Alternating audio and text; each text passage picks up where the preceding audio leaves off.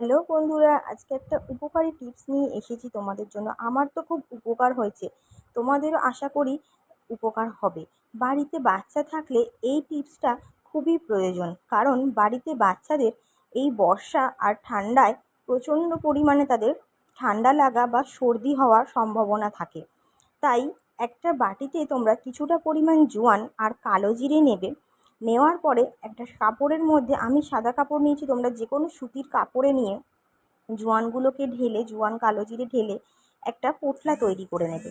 করে নেওয়ার পর গরম তাওয়াতে বা গরম আয়রন গরম করে তাতে তোমরা কাপড়টাকে গরম করে নিয়ে, যেমন বাচ্চারা সহ্য করতে পারবে সেরকম গরম করে তোমরা বাচ্চাদেরকে বুকে, পিঠে, হাতে, কানের পাশে তোমরা সেঁক দেবে।